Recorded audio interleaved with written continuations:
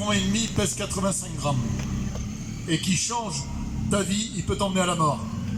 Ouais, mais pourtant il n'est pas grand. C'est ta cigarette. Donc si t'es là, c'est pas un hasard. Moi je vais te raconter ma vie en quelques mots. Amen. Et pourtant il faudrait quelques années pour pouvoir la raconter. Moi je m'appelle Tinong de surnom. J'ai 38 ans.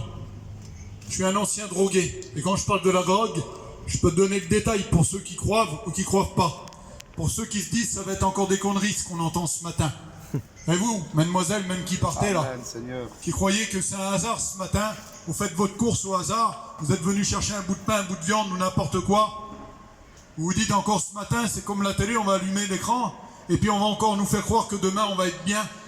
Mais ce matin, il vient de vous le dire, serviteur, si tu veux être bien demain, t'attends quelques instants et t'écoutes. Amen. Amen. Amen. Gloire à Dieu. Dieu. 38 ans, un ancien drogué. Ah ouais. T'as touché à quoi, Tinom? Tu veux du détail? Eh bien moi, dans ce temps-là, je fumais le shit, c'était du marocain. Pour te donner des détails, quand on cramait, on faisait des trous de boulettes avec le respect que je dois aux anciens. Après, j'ai touché à l'Aïa. C'était pas assez fort. Hein, tu connais, hein. Et puis après ça, bah ouais, mais moi j'étais tombé dedans. J'ai touché à la meumeu, pour ceux qui savent ce que ça veut dire. Puis après, j'ai touché à tout. Et moi, comme ça ne suffisait pas pour me satisfaire, m'auto-satisfaire, j'étais quelqu'un qui avait très très souffert dans ma jeunesse parce que mon père était très très méchant. Il nous séquestrait, il nous frappait. Il nous faisait des choses très mauvaises. Et là, je ne peux pas rentrer dans les détails, mais si vous avez vu des films d'horreur, eh bien ça en faisait partie. Donc moi, pour essayer de me venger, je ne savais pas, j'étais jeune, j'avais 17, 18, 19 ans, eh bien, je voulais me venger. Donc je me battais tous les jours, 3-4 fois par jour. Et puis en même temps, je me droguais. Parce que j'essayais de trouver le réconfort dans toute chose. Et ça a duré des années. Et j'ai cru me faire un nom dans le monde parce que j'étais un bon bagarreur. Et quand t'es bon bagarreur, tu fais du mal aux gens. Mais ça, c'est quand t'es faible. Parce que quand tu cries que tu te bats, c'est parce que t'as plus de solution. Mais la solution, nous aussi, on l'a ce matin. Amen. Des fois, on va dire, lui, le chrétien là-bas, ouais, c'est un faible. C'est pour ça qu'il a choisi de suivre sa religion. Mais comment tu peux croire qu'un ancien bagarreur drogué, qui a voulu faire croire toute sa vie qu'il était le plus fort, qui aujourd'hui peut te dire à toi qu'il t'aime? Amen. Alléluia. Mais toi, chacun d'entre vous, moi je vous aime. Amen. Ça vient pas de moi, ça vient de Jésus. Amen. Donc j'ai continué ma vie comme ça. Gloire à Et au Dieu. bout d'un moment, bien évidemment, parce que j'avais fait confiance au monde et à ce qu'il m'apportait, eh bien le diable, qui lui m'avait fourni tout ça, a voulu prendre ce que j'avais, moi. Mon cœur et mon âme. Bien évidemment, quand tu prends beaucoup de drogue, un jour, tu fais des overdoses. Hein. Eh bien, moi, je suis tombé par terre. Les pompiers sont venus me chercher. Chez moi, chez nous, la drogue, c'était la honte. Eh bien, moi, j'étais la honte de la famille. Donc, je voulais que personne vienne me voir. Et pendant quelques secondes, j'ouvre les yeux dans l'hôpital. Il devait être 2-3 heures du matin. Je vois un docteur, je le vois tout flou. Je dis, monsieur, il me dit oui.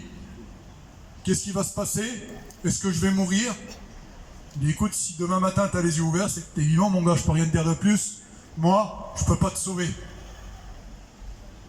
Et là, je n'ai même pas conscience. Et je me rendors, je me réveille le lendemain matin, merci Seigneur, parce que j'étais réveillé. Amen. Amen. Et là, je vous donne ma parole d'homme. Et j'engage, ce matin devant tout le monde, j'ai plus jamais retouché à une seule drogue de ma vie. Amen. Amen.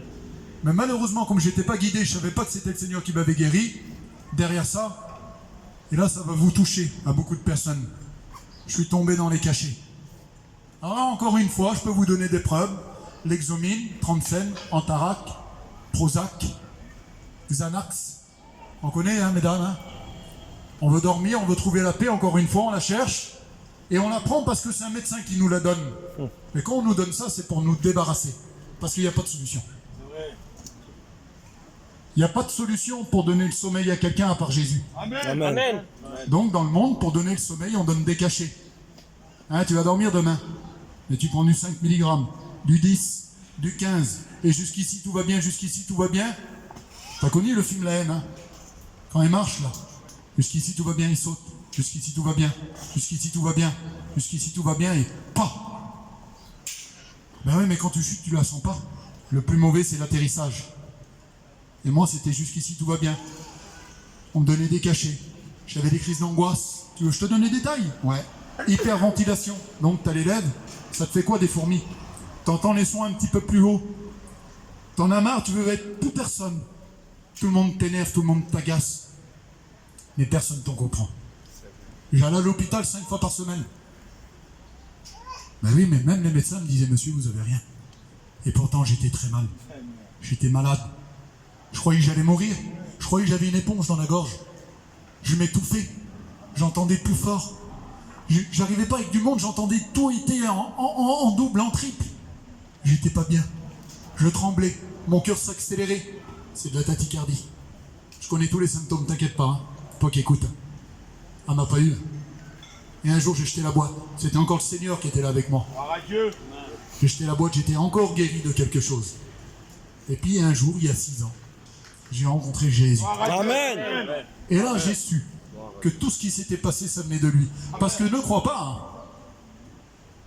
Si toi, tu penses pas, il pense à toi. Amen. Moi, il avait pensé à moi. Gloire à Dieu. Il m'avait guéri. Et puis, il avait insisté.